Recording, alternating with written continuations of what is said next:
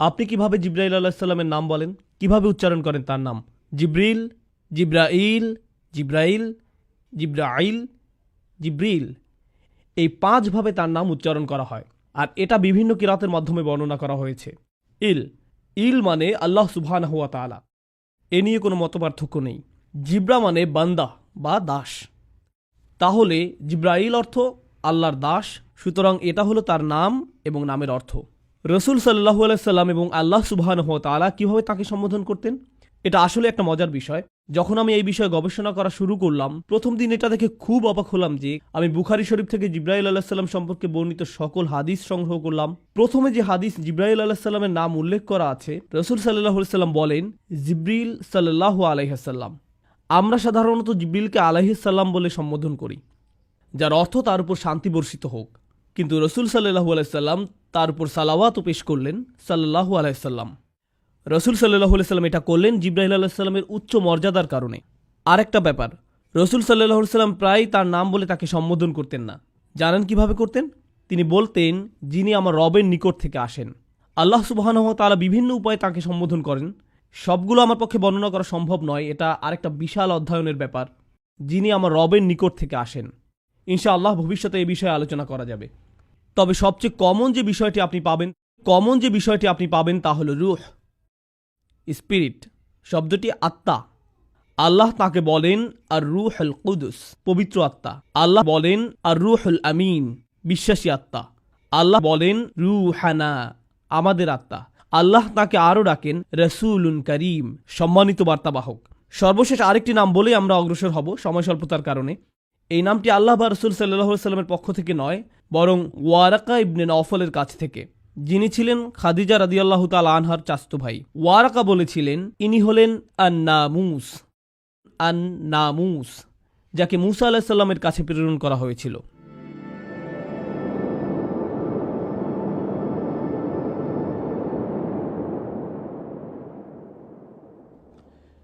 জিব্রাইল আলাইহিস সালাম দেখতে কেমন ছিলেন? জিব্রাইল আলাইহিস সালাম বিভিন্ন রকম আকৃতি ধারণ করতেন। তিনি মানুষের আকৃতি ধারণ করতেন, আবার কখনো কখনো তিনি ফেরেশতার আকৃতিও ধারণ করতেন। রাসূল সাল্লাল্লাহু আলাইহি সাল্লাম বলেন, আমি জিব্রাইল আলাইহিস সালামকে দেখেছি আর তার ছিল 600 ডানা। রাসূল সাল্লাল্লাহু আলাইহি সাল্লাম বলেন, তিনি আল্লাহ প্রদত্ত একটি বিশাল সিংহাসনে উপবিষ্ট হয়ে সম্পূর্ণ দিগন্তকে ঢেকে ফেলতেন। রাসূল সাল্লাল্লাহু আলাইহি সাল্লাম আরও বলেন, ওই 600 ডানা শুধু ছড়ানোই থাকতো না, তার ডানাগুলো থেকে প্রতিনিয়ত মণিমুক্তা ঝরতে থাকতো। আর তার ডানার রং ছিল সবুজ, তার পায়ের পাতার রঙও ছিল সবুজ। ফেরেশতার আকৃতিতে তাকে এমন দেখাতো। আর তিনি হলেন অন্য সকল ফেরেশতাদের চেয়ে আলাদা। মানুষ্য আকৃতিতে তাকে কেমন দেখাতো? জিব্রাইল আলাইহিস সালাম কয়েকজন মানুষের আকৃতি ধারণ করতেন, তাকে বিভিন্ন রকম দেখাতো। কিন্তু যখন তিনি রসুল সাল্লাল্লাহু আলাইহি সাল্লামের নিকট আসতেন, তিনি সুনির্দিষ্ট একটি রূপ নিয়ে আসতেন। রাসূল সাল্লাল্লাহু আলাইহি সাল্লাম বলেন, দিহইয়া ইবন খলিফা আল কলবি রাদিয়াল্লাহু তাআলা আনহুর মতো দেখাতো। দিহইয়া রাদিয়াল্লাহু তাআলা আনহুকে একজন সুন্দর ফেরেশতা। দিহইয়া রাদিয়াল্লাহু তাআলা আনহুকে বলা হতো বনু কলবের ইউসুফ। ইউসুফ আলাইহিস সালাম সম্পর্কে মহিলারা কি বলেছিল? ইনি একজন সুদর্শন ফেরেশতা। তো দিহইয়াকে বলা হতো বনু কলবের ইউসুফ। মহিলারা দিহইয়াকে পছন্দ করত।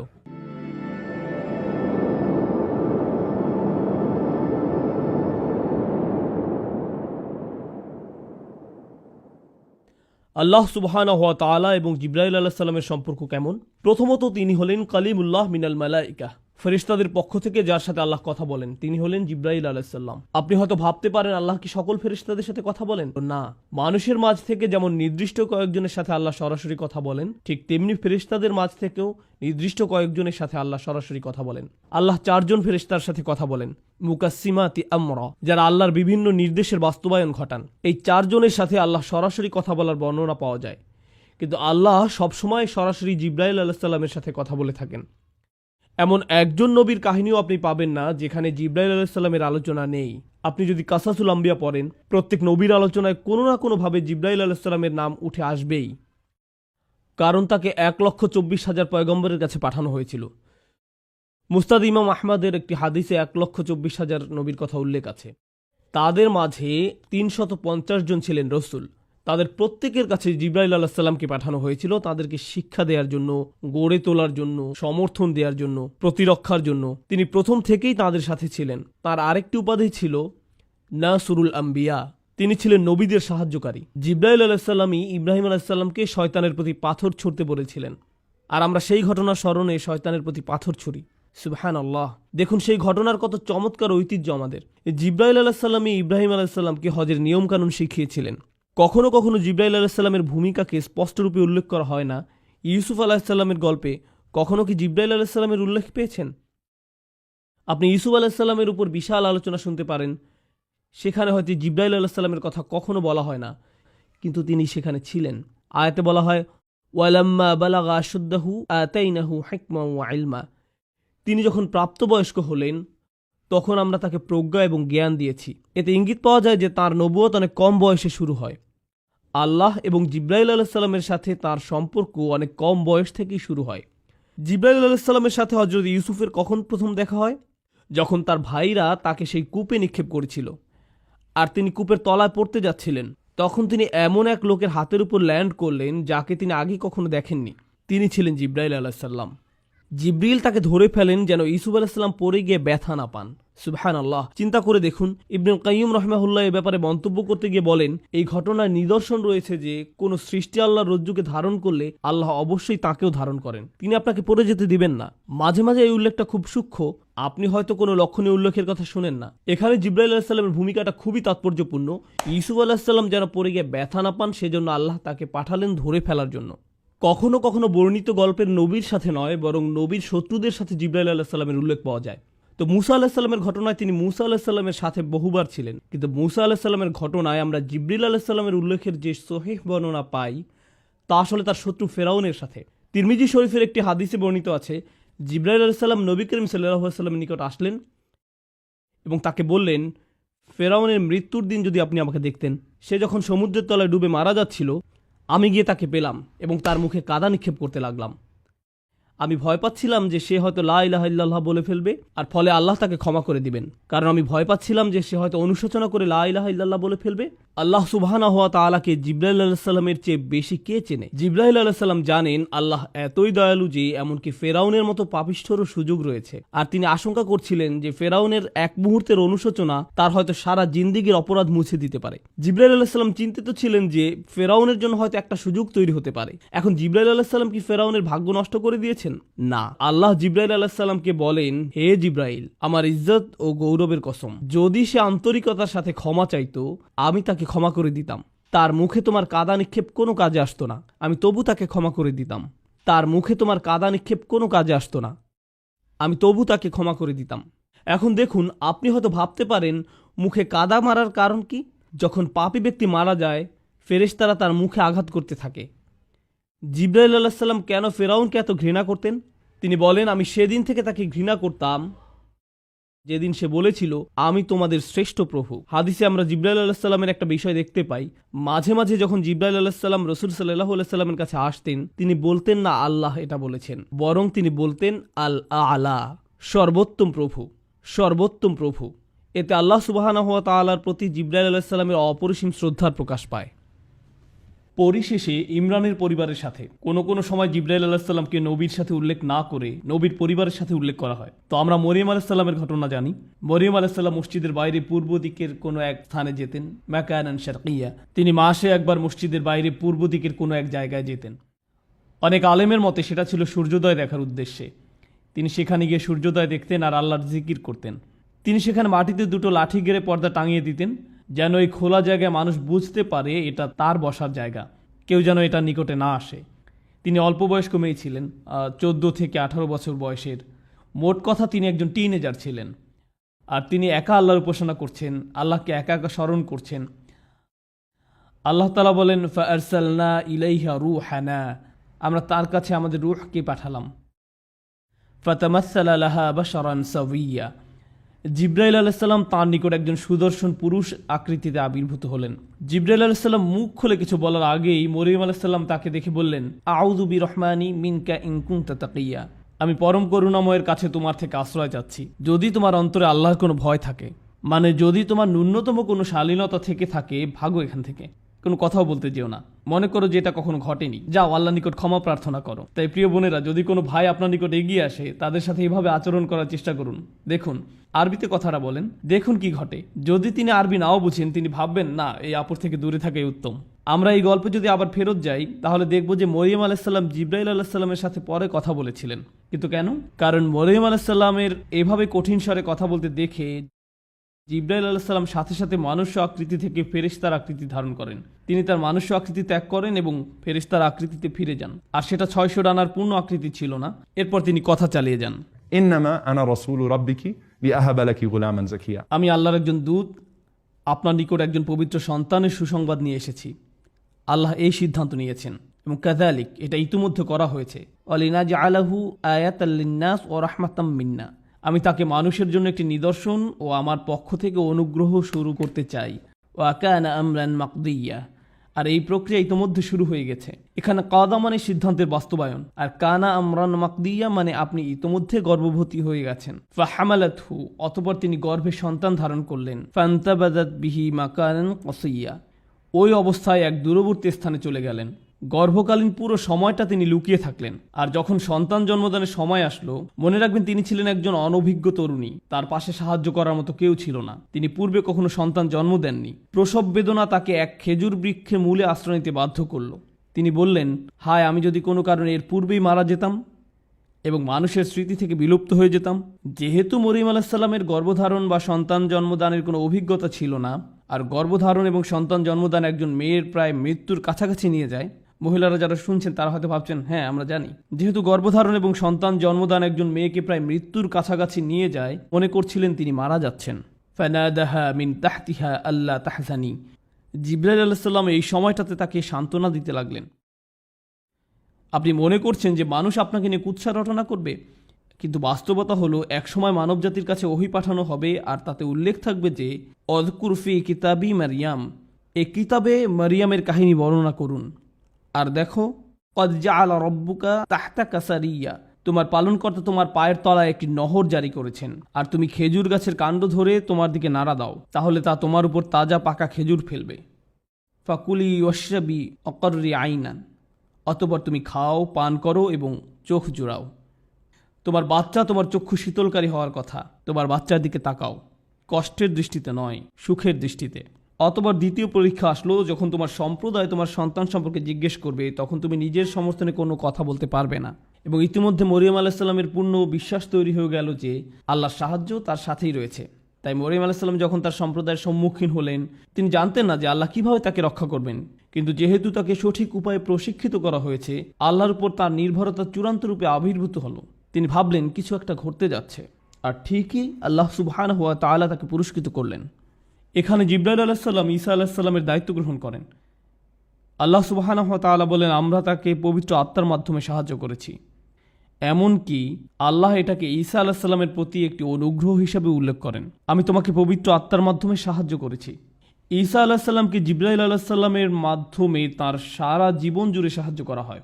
শুধু এটা নয়, বরং আলেমদের মতে জিবরাইল হচ্ছেন একমাত্র ফেরেশতা যিনি কোনো নবীকে আকাশে নিয়ে যেতে পারেন। তো যখন ঈসা আলাইহিসসালামকে ক্রুশবিদ্ধ করে হত্যা করার ষড়যন্ত্র করা হয়, তখন তাকে জীবিত অবস্থায় আকাশে উঠিয়ে নেওয়ার জন্য একজন ফেরেশতা পাঠানো হয়। কিয়ামতের পূর্বে আল্লাহর হুকুমে তাকে আবার পৃথিবীতে পাঠানো হবে, আর সে ফেরেশতা ছিলেন জিবরিল আলাইহিসসালাম। আমি এর তাৎপর্য বোঝার চেষ্টা করেছিলাম যে কেন আল্লাহ এই কথাটি ওয়া মা তানাজ্জালু ইল্লা বিআমরি রাব্বিকা সূরা মরিয়মে বলেছেন। বেশ কিছু দিনের জন্য জিবরাইল আলাইহিসসালাম দেখা না দিলে রাসূল সাল্লাল্লাহু আলাইহি ওয়াসাল্লাম মনে মনে দুঃখ পেতেন। আর তাই জিবরাইল আলাইহিসসালাম রাসূল সাল্লাল্লাহু আলাইহি ওয়াসাল্লামকে বললেন, দেখুন, আল্লাহর নির্দেশ পেলেই কেবল আমরা আপনার কাছে আসি, আমরা নিজেদের ইচ্ছা মতো আসতে পারি না, আমরা এই সিদ্ধান্ত নিতে পারি না। আর এই কথাটি খুবই ব্যক্তিগত শোনায়, ওয়া মা নাতানাজ্জালু ইল্লা বিআমরি রাব্বিক। কেন সূরা মরিয়মে? ইসলামী পণ্ডিতদের মতে এই সূরায় বর্ণিত প্রত্যেক নবীর ঘটনায় জিবরাইল আলাইহিস সালামের গুরুত্বপূর্ণ ভূমিকা রয়েছে। চিন্তা করে দেখুন, জাকারিয়া, মারিয়াম, ঈসা, ইব্রাহিম, মুসা, ইদ্রিস, ইসমাঈল আলাইহিসসালাম, ওনাদের সবার জীবনে জিবরাইল আলাইহিসসালাম গুরুত্বপূর্ণ ভূমিকা পালন করেন। তাই এই সূরাতেই রাসূল সাল্লাল্লাহু আলাইহি ওয়াসাল্লামকে বলা হয়েছে, দেখুন, আমরা শুধু আল্লাহর হুকুমেই অবতরণ করি জ্ঞান নিয়ে, আর তখন জিবরিল আলাইহিস সালামের আগমনে আপনি সন্তুষ্ট হয়ে যাবেন।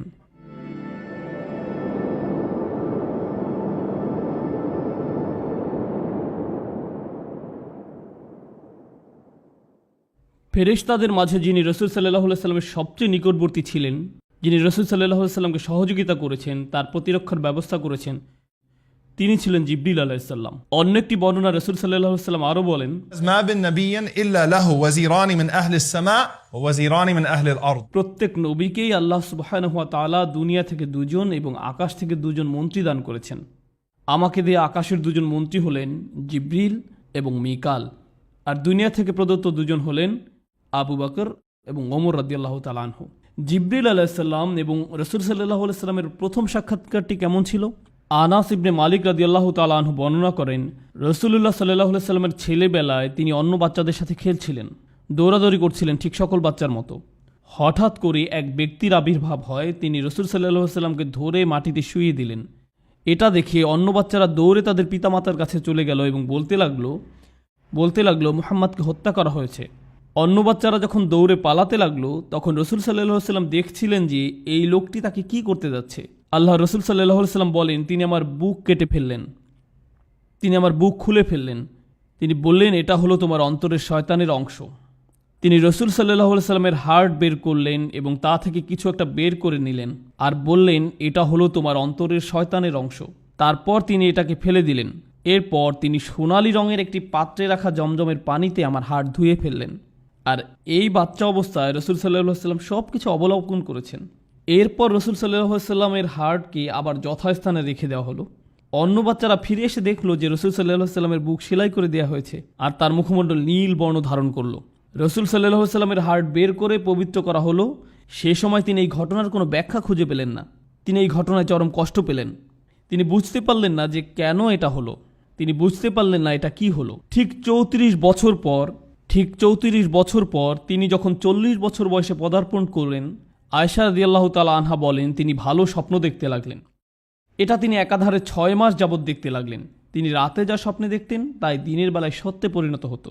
তিনি উপলব্ধি করলেন যে কিছু একটা ঘটতে যাচ্ছে। এ থেকে আমরা কিছুটা বুঝতে পারি যে কেন হঠাৎ করে রাসূল সাল্লাল্লাহু আলাইহি সাল্লাম গুহায় গিয়ে ধ্যানমগ্ন হতে লাগলেন এবং প্রার্থনা করতে লাগলেন। তিনি এবং খাদিজা রাদিয়াল্লাহু তাআলা আনহা বুঝতে পারলেন যে অতি প্রাকৃতিক কিছু ঘটতে যাচ্ছে। ঐশ্বরিক কেউ একজন তাদের সাথে যোগাযোগ করছে, কোনো এক ধরনের বিশেষ সৃষ্টি তাদের সাথে যোগাযোগ করছে। এই অবস্থায় 6 মাস যাবৎ চলল। আয়েশা রাদিয়াল্লাহু তাআলা আনহা বলেন, তারপর আল্লাহ সুবহানাহু ওয়া তাআলা নির্জনতাকে রাসূল সাল্লাল্লাহু আলাইহি সাল্লামের নিকট প্রিয় করে দিলেন। হঠাৎ করেই তিনি একা থাকতে পছন্দ করা শুরু করলেন। রাসূলুল্লাহ সাল্লাল্লাহু আলাইহি সাল্লাম হেরা গুহায় আরোহণ করতেন। হেরা গুহায় আরোহণ করতে প্রায় 2 ঘন্টা সময় লাগে। আপনারা যদি কখনো হেরা গুহায় ওঠেন তাহলে সম্পূর্ণ মক্কাকে দৃষ্টির সীমানায় দেখতে পাবেন। সুবহানাল্লাহ, আপনি সব কিছু দেখতে পাবেন। রাসূল সাল্লাল্লাহু আলাইহি সাল্লাম দিনের পর দিন, কখনো পুরো সপ্তাহ জুড়ে, অবশেষে পুরো রমজান মাস সেখানে অবস্থান করেন। তিনি সেখানে দ্বীনে হানিফ তথা ইব্রাহিম আলাইহিস সালামের শেখানো পন্থায় আল্লাহর ইবাদত করতেন। অর্থাৎ তিনি সেখানে গিয়ে যেভাবে পারতেন আল্লাহর ইবাদত করতেন। সুশৃঙ্খল কোনো নামাজের নিয়ম তখন জানা ছিল না। তিনি ইব্রাহিম আলাইহিস সালামের রেখে যাওয়া নিয়মে আল্লাহকে ডাকতেন। ঠিক এটাই বর্ণিত আছে। তো হঠাৎ করে একদিন তিনি জিবরাইল আলাইহিস সালামকে দেখতে পেলেন। আপনাদের কি মনে হয় তখন জিবরিল আলাইহিস সালাম কি ফেরেশতার আকৃতিতে দেখা দেন, না মানুষের আকৃতিতে? মানুষের আকৃতিতে। আপনারা হয়তো ভাবছেন রাসূল সাল্লাল্লাহু আলাইহি সাল্লাম তাহলে ভয় পেয়ে গেলেন কেন? চিন্তা করে দেখুন, আপনি হয়তো 2 ঘন্টা ধরে সেখানে অবস্থান করছেন, আশেপাশে কেউ নেই, তারপর আচমকা গুহার মুখে এক অপরিচিত লোককে দাঁড়িয়ে থাকতে দেখলেন, কোনো কথা বলছে না। আপনি যদি রাসূল সাল্লাল্লাহু আলাইহি সাল্লামের জায়গায় থাকতেন, আপনি কি ভাবতেন? তাছাড়া পরবর্তীকালের বর্ণনা থেকে আমরা ধারণা পাই তখন কি ঘটেছিল। রাসূল সাল্লাল্লাহু আলাইহি সাল্লাম যখন খাদিজা রাদিয়াল্লাহু তাআলা আনহার নিকট ঘটনা বর্ণনা করছিলেন,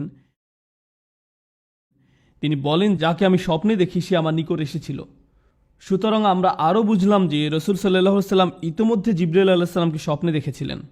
তো তিনি চিন্তা করছিলেন, অদ্ভুত, আমি তো এখনো ঘুমাচ্ছি না, আমি তো স্বপ্নে নেই, বাস্তবে। এর থেকে জিবরিল আলাইহিস সালাম কেন রাসূল সাল্লাল্লাহু আলাইহি সাল্লামকে জড়িয়ে ধরেছিলেন, এটা স্বপ্ন নয়, বাস্তব। ইকরা, পড়ুন, আপনি কোনো কল্পিত কিছু দেখছেন না, এটা কল্পিত কোনো ছায়ামূর্তি নয়। আমি আপনাকে শক্ত করে জড়িয়ে ধরছি শুধু আমার বাস্তবতা বোঝাতে নয়। ইন্না সানুলকি আলাইকা কওলান সাকিলা, যে ওহী আপনার উপর নাজিল হতে যাচ্ছে তা হবে অত্যন্ত ভারী। এই বাণী ধারণ করার জন্য আপনাকে প্রস্তুত হতে হবে। এরপর তিনি তাকে আদেশ করলেন, পড়ুন। তারপর রাসূল সাল্লাল্লাহু আলাইহি সাল্লামকে ছেড়ে দিলেন। রাসূল সাল্লাল্লাহু আলাইহি সাল্লাম বললেন, আমি পড়তে জানি না। জিবরিল আলাইহিস সালাম তাকে আবারও শক্ত করে জড়িয়ে ধরলেন এবং বললেন, ইকরা, রসুল সাল্লাল্লাহু আলাইহি সাল্লাম বলেন, আমি পড়তে জানি না। জিবরিল আলাইহিস সালাম রসুল সাল্লাল্লাহু আলাইহি সাল্লামকে তৃতীয়বারের মতো শক্ত করে জড়িয়ে ধরলেন এবং পরবর্তীকালে রসুল সাল্লাল্লাহু আলাইহি সাল্লাম বর্ণনা করেন, জিবরিল আলাইহিস সালাম আমাকে এত শক্ত করে জড়িয়ে ধরেন যে আমি মনে করছিলাম আমি মারা যাব। তিনি বললেন, পড়ুন। রসুল সাল্লাল্লাহু আলাইহি সাল্লাম বললেন, কি পড়ব? ঠিক তখন জিবরিল আলাইহিস সালাম বললেন, ইকরা বিইসমি রাব্বিকাল্লাযী খলাক, পাঠ করুন আপনার পালনকর্তার নামে যিনি সৃষ্টি করেছেন। খলাকাল ইনসানা মিন আলাক, যিনি মানুষকে সৃষ্টি করেছেন আলাক থেকে। ইকরা ওয়া রাব্বুকাল আকরাম, পাঠ করুন আপনার পালনকর্তা মহা দয়ালু, যিনি কলমের সাহায্যে শিক্ষা দিয়েছেন মানুষকে যা সে জানতো না। রসুল সাল্লাল্লাহু আলাইহি সাল্লাম যখন ওহী গ্রহণ করছিলেন, জিবরিল আলাইহিস সালাম তাকে আর জড়িয়ে ধরলেন না, আবার চলেও গেলেন না। রসুল সাল্লাল্লাহু আলাইহি সাল্লাম গুহা ত্যাগ করে তাড়াতাড়ি নেমে গেলেন। খাদিজা রাদিয়াল্লাহু তাআলা আনহা বললেন, কি হয়েছে? এখন দেখুন, রসুল সাল্লাল্লাহু আলাইহি সাল্লাম যখন তাকে বললেন কি ঘটেছে, খাদিজা রাদিয়াল্লাহু তাআলা আনহা সহজেই তাকে বলতে পারতেন, আপনি ওই গুহায় যাওয়া বন্ধ করে দিন, আপনার মনে হয় বাসায় থাকা উচিত, আপনার ওই ঘরের কোনায় ধ্যান করতে পারেন, কেউ আপনাকে ডিস্টার্ব করবে না, ইনশাআল্লাহ এরকম কিছু আর ঘটবে না। তিনি এসবের কিছুই বললেন না। দেখুন কেমন চমৎকার ছিলেন তিনি, সুবহানাল্লাহ। রসুল সাল্লাল্লাহু আলাইহি সাল্লাম নিজের উপর বিশ্বাস করার আগে খাদিজা তার উপর বিশ্বাস করেন। সত্যি তিনি রসুল সাল্লাল্লাহু আলাইহি সাল্লামকে বলেন, আল্লাহ কখনোই আপনাকে অপমানিত করবেন না। তিনি রসুল সাল্লাল্লাহু আলাইহি সাল্লামের গত 15 বছরের জীবনী বর্ণনা করতে লাগলেন। আপনি এমন মানুষ যিনি আত্মীয়তার বন্ধন রক্ষা করেন, আপনি এতিমদের যত্ন নেন, আপনি আপনার প্রতিবেশী এবং মেহমানদের প্রতি উদার, আপনি কোনো সমস্যায় পড়লে তার দায়িত্ব কাঁধে তুলে নেন। আল্লাহ কখনোই আপনাকে অপমানিত করবেন না। খাদিজা রাদিয়াল্লাহু তাআলা আনহা বলেন, চলেন ওয়ারাকার কাছে যাই। তো তাঁরা তার নিকট গেলেন। রসুল সাল্লাল্লাহু আলাইহি সাল্লাম যা দেখলেন তা ওয়ারাকার নিকট বর্ণনা করলেন। ওয়ারাকা সাথে সাথে বলে উঠলেন, ইনি নামুস, আপনি সেই রসুল যার জন্য সবাই অপেক্ষা করছে। এই ফেরেশতাই মূসা আলাইহিস সালামের কাছে এসেছিলেন। ইস, আমি যদি যুবক হতাম তাহলে আপনাকে সাহায্য করতে পারতাম যখন আপনার সম্প্রদায় আপনার বিরোধিতা করবে। এরপর কি ঘটেছিল? আয়েশা রাদিয়াল্লাহু তাআলা আনহা বর্ণনা করেন, এরপর বহু দিন যাবৎ ওহী অবতীর্ণ হওয়া বন্ধ থাকে। রসুল সাল্লাল্লাহু আলাইহি সাল্লাম অপেক্ষা করতে লাগলেন যেন সেই ফেরেশতা আবার দেখা দেন। রসুল সাল্লাল্লাহু আলাইহি সাল্লাম আবার ওই পাহাড়ে ঘুরতে লাগলেন। তিনি নিজের ভাষায় তা এভাবে বর্ণনা করেন যে তার মানসিক অবস্থা এমন ছিল যে তিনি যেন চাইতেন নিজেকে পাহাড় থেকে ছুঁড়ে ফেলে দিতে। তিনি স্পষ্ট রূপে জানতে চান যে কি ঘটেছে। প্রতিবার রসুল সাল্লাল্লাহু আলাইহি সাল্লাম পাহাড়ে গেলে জিবরিল আলাইহিস সালামের কণ্ঠ শুনতে পেতেন, ও মুহাম্মদ, আপনি আল্লাহর সত্য রসুল। এতে রসুল সাল্লাল্লাহু আলাইহি সাল্লাম কিছুটা সান্ত্বনা পেতেন এবং ঘরে ফিরে আসতেন। এরপর পরবর্তীতে তিনি শুধু যে ও মুহাম্মদ আপনি আল্লাহর সত্য রসুল এ কথা বলতেন তা নয়, তিনি আরও বলতেন, আমি জিবরিল। তো তিনি রসুল সাল্লাল্লাহু আলাইহি সাল্লামের নিকট বিষয়টা পরিষ্কার করলেন যে তিনি জিবরিল আলাইহিস সালাম, কিন্তু তবুও কোনো কোরআন বা ওহী অবতীর্ণ হয়নি। অবশেষে অন্য একদিন রসুল সাল্লাল্লাহু আলাইহি সাল্লাম হাঁটছিলেন, আর এবার ইয়া মুহাম্মদ ইন্নাকা রাসূলুল্লাহি হাক্কা, ও মুহাম্মদ আপনি আল্লাহর সত্য রসুল। বুখারী শরীফে জাবির রাদিয়াল্লাহু তাআলা আনহু থেকে বর্ণিত আছে, রসুল সাল্লাল্লাহু আলাইহি সাল্লাম হাঁটছিলেন, তারপর হঠাৎ উপরের দিকে তাকিয়ে দেখলেন জিবরিল আলাইহিস সালাম তার পরিপূর্ণ ফেরেশতা আকৃতি ধারণ করে সম্পূর্ণ আকাশ ঢেকে আছেন, সম্পূর্ণ দিগন্ত ঢেকে আছেন। আল্লাহ জিবরিল আলাইহিস সালাম সম্পর্কে বলেন, যু মিররাতিন ফাস্তাওয়া, প্রজ্ঞার অধিকারী, সে নিজ আকৃতিতে স্থির হয়েছিল। জিবরিল আলাইহিস সালাম পুরো আকাশ জুড়ে আবির্ভূত হলেন। রসুল সাল্লাল্লাহু আলাইহি সাল্লাম জিবরিল আলাইহিস সালামকে তাঁর সকল ডানা সমেত পরিপূর্ণ আকৃতিতে দেখতে লাগলেন। সুম্মা দানা ফাতাদাল্লা, তিনি রসুল সাল্লাল্লাহু আলাইহি সাল্লামের নিকটবর্তী হতে লাগলেন। তিনি রসুল সাল্লাল্লাহু আলাইহি সাল্লামের কাছাকাছি আসলেন। রসুল সাল্লাল্লাহু আলাইহি সাল্লাম মাটিতে পড়ে গেলেন। তিনি নিজেই বলছেন যে আমার অতি নিকটবর্তী হওয়াতে আমি এত ভয় পেয়েছিলাম যে আমি মাটিতে পড়ে গেলাম। রসুল সাল্লাল্লাহু আলাইহি সাল্লাম দ্রুত বাড়িতে ফিরে গেলেন আর খাদিজা রাদিয়াল্লাহু তাআলা আনহাকে বলতে লাগলেন, আমাকে ঢেকে দাও, আমাকে ঢেকে দাও, আমাকে ঢেকে দাও। আর ঠিক তখন পরবর্তী ওহী অবতীর্ণ হয়, ইয়া আইয়ুহাল মুদ্দাসসির কুম ফাআনযির ওয়া রাব্বাকা ফাকাব্বির ওয়া সিয়াবাকা ফাতাহহির, হে চাদর আবৃতকারী, উঠুন, সতর্ক করুন। সুবহানাল্লাহ। চিন্তা করে দেখুন, প্রথম ওহী অবতীর্ণ হওয়ার সময় তিনি হেরা গুহায় ছিলেন, আর দ্বিতীয়বার তিনি যখন খাদিজা রাদিয়াল্লাহু তাআলা আনহার কাছে ছিলেন তখন ওহী অবতীর্ণ হয়। হে চাদর আবৃতকারী, উঠুন, সতর্ক করুন, আপনার পালনকর্তার মহত্ব ঘোষণা করুন, আপন পোশাক পবিত্র করুন, মূর্তি পরিত্যাগ করুন। এই হলো প্রথম দিকের ওহী অবতীর্ণ হওয়ার ঘটনা। আয়েশা রাদিয়াল্লাহু তাআলা আনহা বলেন, এরপর থেকে একটির পর একটি ওহী অবতীর্ণ হতে লাগলো। অর্থাৎ দীর্ঘ বিরতির পর আসে সূরা মুদ্দাসসির, সূরা মুজাম্মিল, সূরা দোহা এবং আরও অনেক সূরা ক্রমাগত রসুল সাল্লাল্লাহু আলাইহি সাল্লামের নিকট অবতীর্ণ হতে থাকে। এভাবেই শুরু। রসুল সাল্লাল্লাহু আলাইহি সাল্লাম বুঝতে পারলেন কি ঘটছে। তিনি বুঝতে পারলেন যে তিনি আল্লাহর রসুল। রসুল সাল্লাল্লাহু আলাইহি সাল্লাম এখন আর জিবরিল আলাইহিস সালামের উপস্থিতি থেকে ভয় পান না। বিষয়টা তার কাছে পরিষ্কার হয়ে গেল।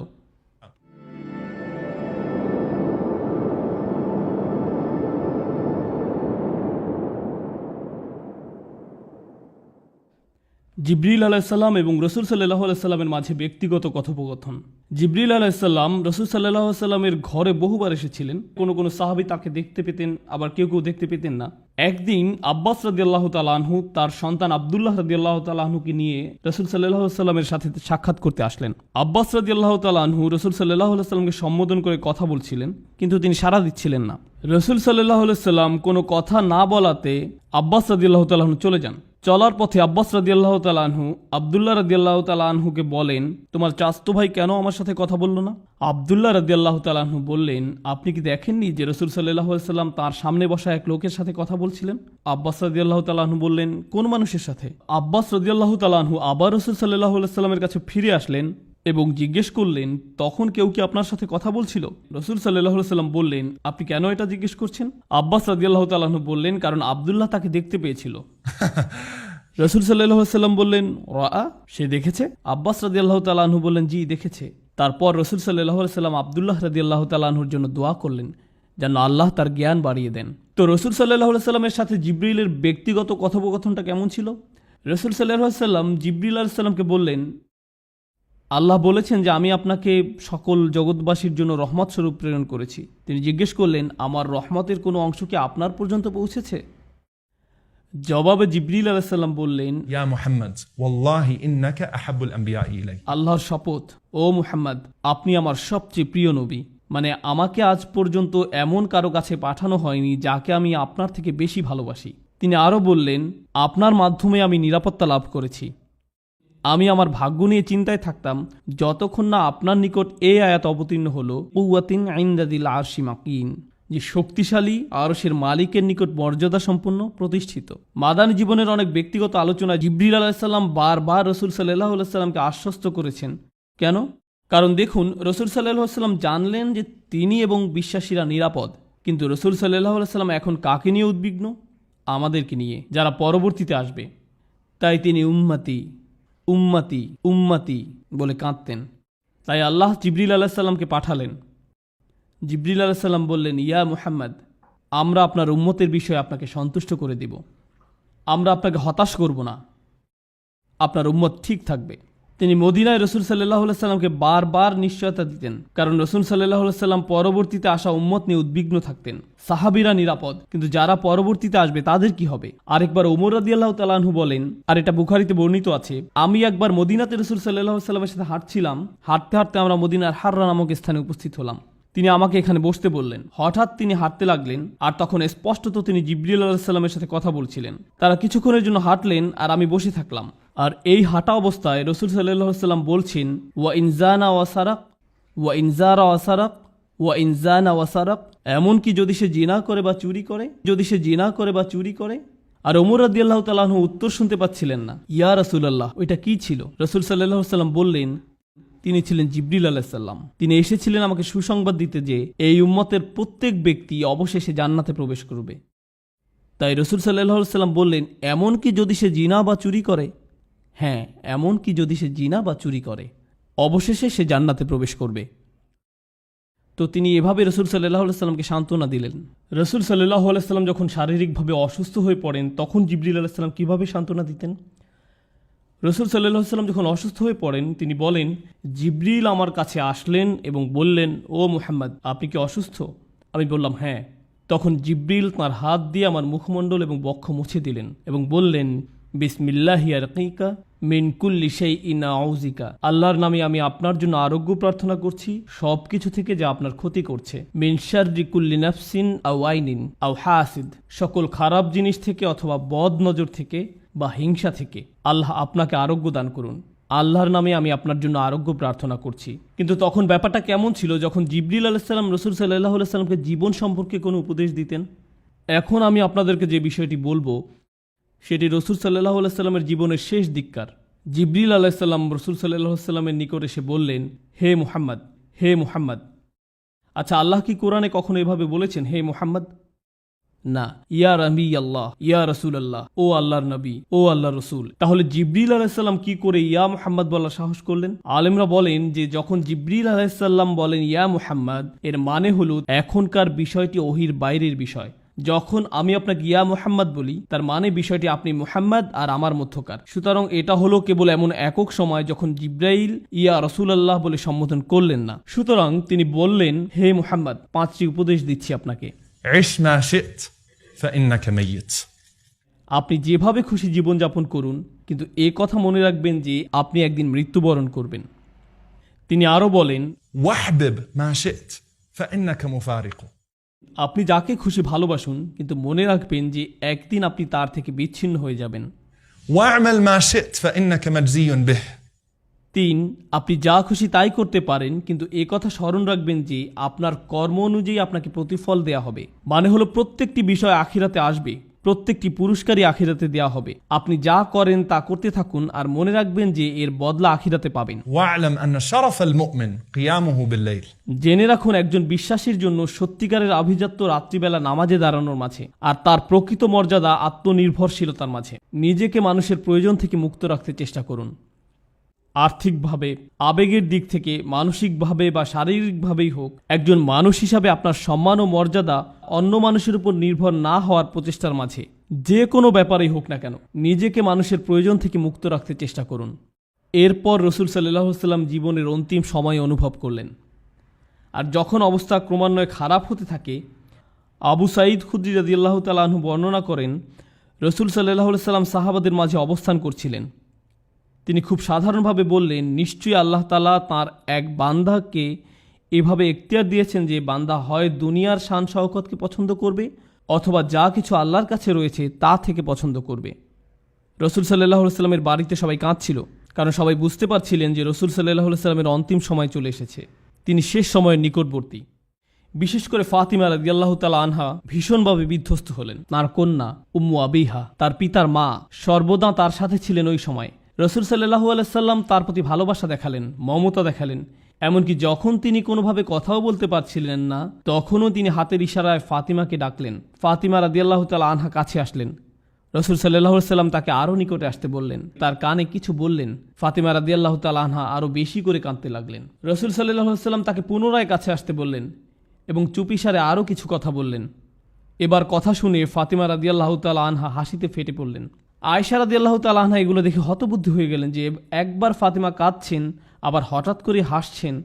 সুতরাং তিনি ফাতিমা রাদিয়াল্লাহু তাআলা আনহাকে চাপাচাপি করছিলেন যে বলো না, কি বলেছেন তিনি। শেষে ফাতিমা রাদিয়াল্লাহু তাআলা আনহা বলতে বাধ্য হলেন যে তিনি বলেছেন, জিব্রাইল সাধারণত প্রতি রমজানে আমাকে নিয়ে পুরো কোরআন একবার ঝালিয়ে নেন, আর এই বছর রমজানে তিনি 2 বার পুনঃপাঠ করেছেন। তার মানে হলো জিবরিল আলাইহিস সালাম ওহীকে শক্তিশালী করে দিলেন, আর আমার মনে হয় না আমি আর রোগ থেকে আরোগ্য লাভ করব। আয়েশা রাদিয়াল্লাহু তাআলা আনহা রাসূল সাল্লাল্লাহু আলাইহি ওয়াসাল্লামকে যেখানে নিয়ে যাওয়া প্রয়োজন সেখানে নিয়ে যাচ্ছেন। তিনি রাসূল সাল্লাল্লাহু আলাইহি ওয়াসাল্লামকে দৃঢ় হতে সাহায্য করেন, আর এমত অবস্থায় রাসূল সাল্লাল্লাহু আলাইহি ওয়াসাল্লাম তার শরীরে হেলান দিয়ে আছেন। তার দৃষ্টি পড়ল আব্দুর রহমান ইবনে আবু বকর রাদিয়াল্লাহু তাআলা আনহুর উপরে, যিনি আয়েশা রাদিয়াল্লাহু তাআলা আনহার ভাই। তিনি দেখলেন তার পকেটে একটি মিসওয়াক রয়েছে, এবং আয়েশা রাদিয়াল্লাহু তাআলা আনহা বললেন যে আমি বুঝতে পারছিলাম যে রাসূল সাল্লাল্লাহু আলাইহি ওয়াসাল্লাম এটি পেতে চাচ্ছেন। আয়েশা রাদিয়াল্লাহু তাআলা আনহা রাসূল সাল্লাল্লাহু আলাইহি ওয়াসাল্লামকে বললেন, আপনি কি মিসওয়াক চান? রাসূল সাল্লাল্লাহু আলাইহি ওয়াসাল্লাম মাথা নাড়িয়ে সম্মতি দিলেন। আব্দুর রহমান তার অব্যবহৃত মিসওয়াকটি আয়েশা রাদিয়াল্লাহু তাআলা আনহাকে দিলেন। তিনি এটাকে চিবিয়ে নরম করলেন এবং রাসূল সাল্লাল্লাহু আলাইহি ওয়াসাল্লামের মুখে পুরে দিলেন। অর্থ হলো রাসূল সাল্লাল্লাহু আলাইহি ওয়াসাল্লাম প্রত্যেক ওয়াক্ত সালাতের পূর্বে মিসওয়াক করতেন, কারণ তিনি চাইতেন যে আল্লাহর সাথে সাক্ষাৎকালে যেন তার শ্বাস প্রশ্বাস বিশুদ্ধ থাকে, প্রতিদিনই 5 বার। তিনি বললেন তিনি এটিকে ফরজ করতে পারতেন যদি উম্মতের জন্য কষ্টকর না হতো। তিনি আল্লাহর সাথে সাক্ষাতের পূর্বে প্রতিবারই মিসওয়াক করতেন। আয়েশা রাদিয়াল্লাহু তাআলা আনহা বলেন, যখন তিনি মিসওয়াক করা সমাপ্ত করলেন, دخل علينا جبريل. তখনই জিবরিল আলাইহিস সালাম আমাদের মাঝে প্রবেশ করলেন। আয়েশা রাদিয়াল্লাহু তাআলা আনহা রাসূল সাল্লাল্লাহু আলাইহি ওয়াসাল্লামের দিকে তাকালেন আর দেখতে পেলেন তাঁর চেহারা আলোয় উদ্ভাসিত হলো। জিবরিল আলাইহিস সালাম, যিনি নবীকে উপরের উপদেশগুলো দিয়েছিলেন, তিনি নবী সাল্লাল্লাহু আলাইহি ওয়াসাল্লামকে বললেন, শুনুন, আমি আপনাকে একটি বিষয় পছন্দ করতে বলবো। হয়তো আপনি আপনার সাহাবীদের সাথে থাকবেন এবং সুন্দরভাবে জীবনযাপন করবেন, অথবা আপনি সর্বোচ্চ আল্লাহর সাহচর্যে থাকবেন। জিবরিল আলাইহিস সালাম যখন এই কথাটি বললেন, তখন নবী সাল্লাল্লাহু আলাইহি সাল্লাম তার উত্তরে বললেন, বালা রফিকিল আলা, আল্লাহুম্মা রফিকিল আলা, ও আল্লাহ, আমি সর্বোচ্চ বন্ধুর সাহচর্য কামনা করি। আয়েশা রাদিয়াল্লাহু তাআলা আনহা বলেন, যখন তিনি আর রফিকিল আলা বলছেন, তিনি যেন তার সমস্ত শরীরকে ছেড়ে দিচ্ছেন। الرفيق الأعلى. ও আল্লাহ, আল্লাহর সাহচর্য বলতে বলতে তার হাত পড়ে গেল। রাসূল সাল্লাল্লাহু আলাইহি সাল্লাম ইন্তেকাল করলেন। যখন এই ঘটনা হলো, আয়েশা রাদিয়াল্লাহু তাআলা আনহা চিৎকার করে উঠলেন। ফাতেমা রাদিয়াল্লাহু তাআলা আনহা যখন আয়েশা রাদিয়াল্লাহু তাআলা আনহার চিৎকার শুনতে পেলেন, তিনি আকাশের দিকে তাকিয়ে বললেন, ইয়া আবাতা মান রাব্বিহি মা আদনা, হে আমার পিতা, আপনি আপনার রবের কতটা সন্নিকটে আছেন এখন। يا أبتا إلى جبريل ننعى. হে আমার পিতা, আমরা জিব্রাইলের নিকট আপনার মৃত্যুর সংবাদ ঘোষণা দিচ্ছি। ইয়া আবাতা জান্নাতুল ফিরদাউসি মাওয়া, হে আমার পিতা, জান্নাতই আপনার বর্তমান ঠিকানা।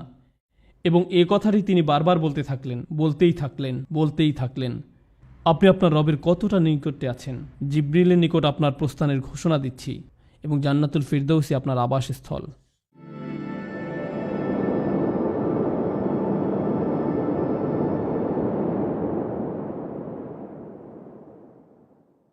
সুবহানাল্লাহ। নবী সাল্লাল্লাহু আলাইহি সাল্লাম মৃত্যুবরণ করেছেন এবং প্রত্যেকেই মৃত্যুবরণ করবে।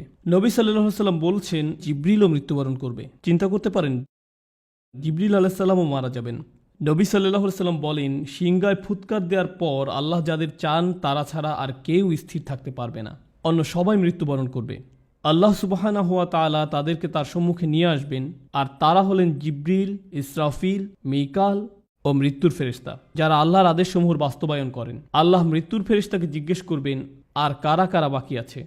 মৃত্যুর ফেরেশতা বলবেন, ও আল্লাহ, আপনার সম্মানিত পবিত্র চেহারার আপনার বান্দা আমি, আপনার বান্দা জিবরিল, আপনার বান্দা জিবরিল, আপনার বান্দা মিকাল এবং আপনার বান্দা ইসরাফিল।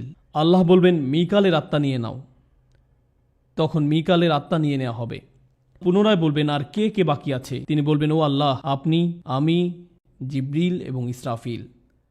আল্লাহ বলবেন, ইসরাফিলের আত্মা নিয়ে নাও। ইসরাফিলের আত্মা তার থেকে নিয়ে নেওয়া হবে। আল্লাহ আবারও বলবেন, আর কারা বাকি আছে। তিনি বলবেন, ওয়াজহুকাল বাকিল করিম, ও আল্লাহ, আপনার পবিত্র চেহারা, আপনার এই বান্দা এবং আপনার বান্দা জিবরিল, আমরা দুই বান্দা সবশেষে বাকি রয়েছি। আল্লাহ বলবেন, জিবরিলের আত্মা নিয়ে নাও। রাসূল সাল্লাল্লাহু আলাইহি সাল্লাম বলেন, জিবরিল তার চেহারা নিয়ে পতিত হবেন এমন অবস্থায় যে তার ডানাগুলো বিস্তৃত অবস্থায় থাকবে আর সেগুলো আল্লাহর প্রশংসা করতে থাকবে। তিনি তাসবিহরত অবস্থায় মৃত্যুবরণ করবেন। এরপর আল্লাহ বলবেন, আর কে বাকি আছে। তখন মৃত্যুর ফেরেশতা বলবে, ইয়া আল্লাহ, কেবল আপনি আর আমিই বাকি আছি। আল্লাহ মৃত্যুর ফেরেশতাকে আদেশ করবেন মৃত্যুবরণ করার জন্য, আর মৃত্যুর ফেরেশতা মারা যাবেন।